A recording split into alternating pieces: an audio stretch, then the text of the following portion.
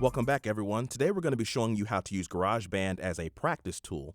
So you want to start a new project and then make sure you're selecting the track selection at the top of the screen. You don't want to be in live loops for this. And then slide over a few instruments over to the amp. Now, in the amp of the four choices at the bottom, you want to select clean. Once you've selected clean, in the screen that pops up, you want to go over to the right-hand corner and select the pitchfork. Now that pitchfork is going to bring up a tuner. Now this tuner is great. It uses the microphone that's natively on your iDevice, or you could even plug in a peripheral so you can plug in electrical instruments. This tuner will work on any kind of instrument, whether it be an acoustic guitar, it could be a wind instrument, a stringed instrument. It really doesn't matter. The device will tune whatever it hears. So if the bar slides over to the right on the screen that you see, that means that your instrument is sharp. If it slides over to the left, that means your instrument is flat. And if it stays blue, that means you are basically in tune. Also, that little light that lights up by the guitar input, that is telling you that you're getting input signal. Once you're done, you're going to turn that pitchfork off. And the next thing we're going to do is select the metronome. Now make sure that it's selected on by the triangle by the volume button. Go into settings, select metronome and count in. And then you're going to look at the settings here. Count in and visual count in have to do with recording. So we're just going to leave those on for now.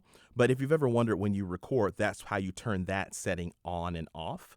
Then the next settings that you see here have to do with the sound that you hear when the metronome is on. And the very bottom, obviously, is the volume of the metronome. You can turn that up or down based on your preference.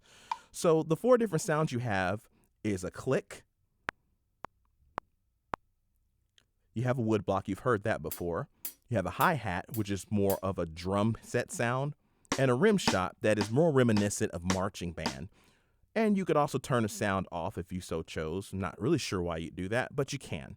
So wood block is usually what's selected. Once you've selected the sound that you want, you can get out of that menu and then go to the tempo settings. Now this is where you set the pace or the speed of the metronome. You can change it manually by going up and down with the arrow keys.